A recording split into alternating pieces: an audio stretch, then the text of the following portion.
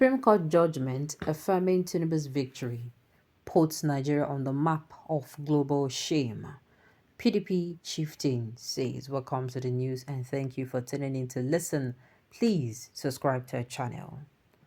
Dr. Ladan Salihu, a prominent member of the People's Democratic Party, PDP, and former Director General of the Federal Radio Corporation of Nigeria, has expressed deep worry over the recent Supreme Court judgment affirming President Bola Tinubu's electoral victory.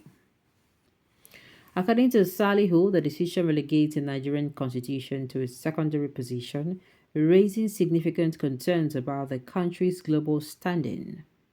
Salihu, who was speaking to Rise Television, underscored the alarming implications of the judgment, emphasizing its potential to tarnish Nigeria's reputation on the world stage.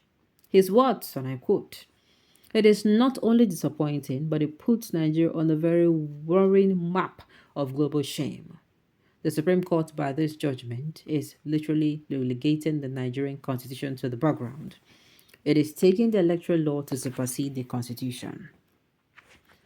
And the constitution is very explicit. It is very clear. It is unambiguous that any person who commits forgery is not entitled to run for political office." Salihu was referring to the declaration by the Chicago State University that the certificate President Tinubu rendered to the Independent National Electoral Commission before the 2023 election was not from its institution. The Supreme Court rejected attempts by the People Democratic Party presidential candidate Atiku Abubakar to tender the evidence before its verdict, saying fresh evidence cannot be admitted since it was done at the lower court. Atiku has since announced that he will address a press conference on Monday regarding the Apex Court verdict.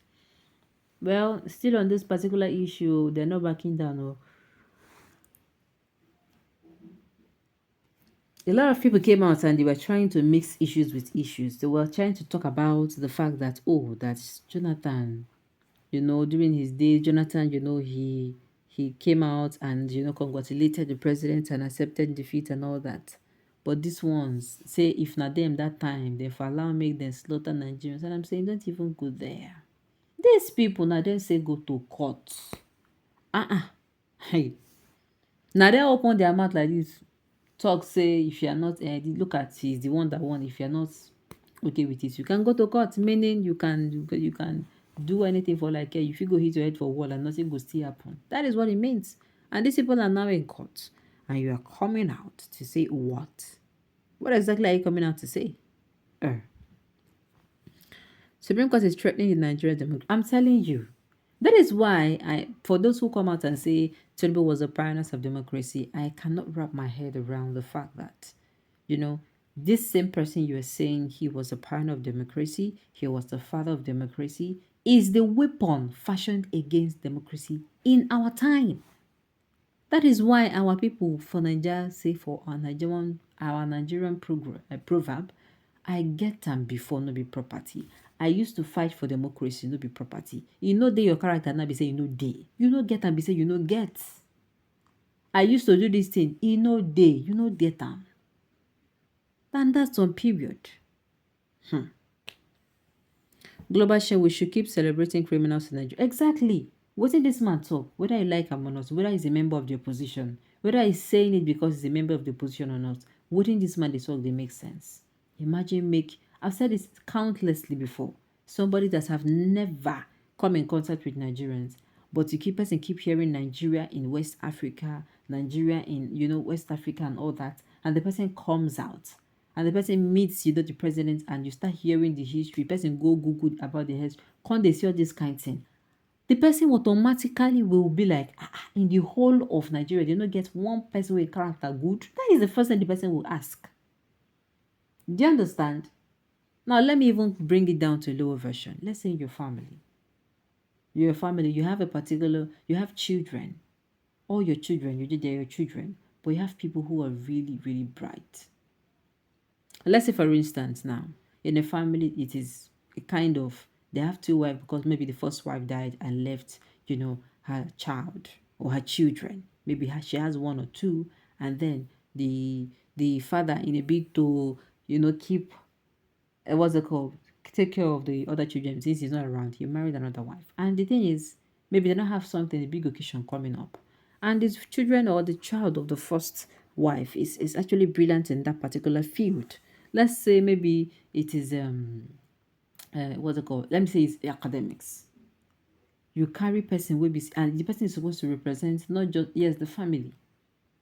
Will you carry the person that you know that this person is daft? Oh, because I just want me to know my picking. Or are you going to bring the one that is okay out to represent you? Eventually, everybody will bring you want to bring out the one that will not shame you, Abby.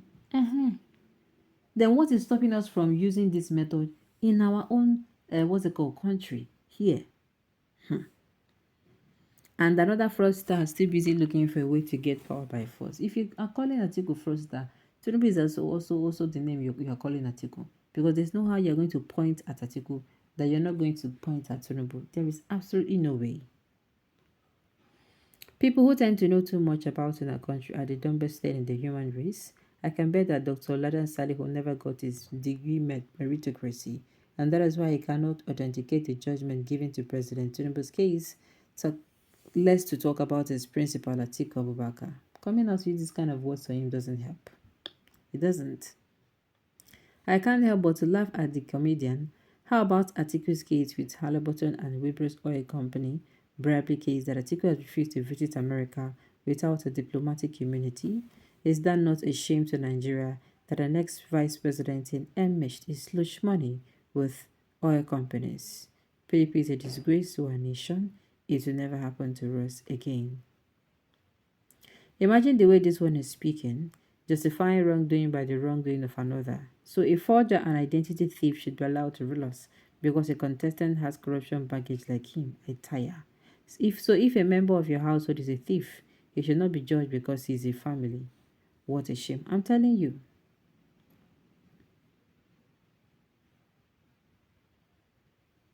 These people are very foolish. They have no case and they knew it, but they want to destroy Nigeria. They went on media space and social media space, was not able to mash out their case.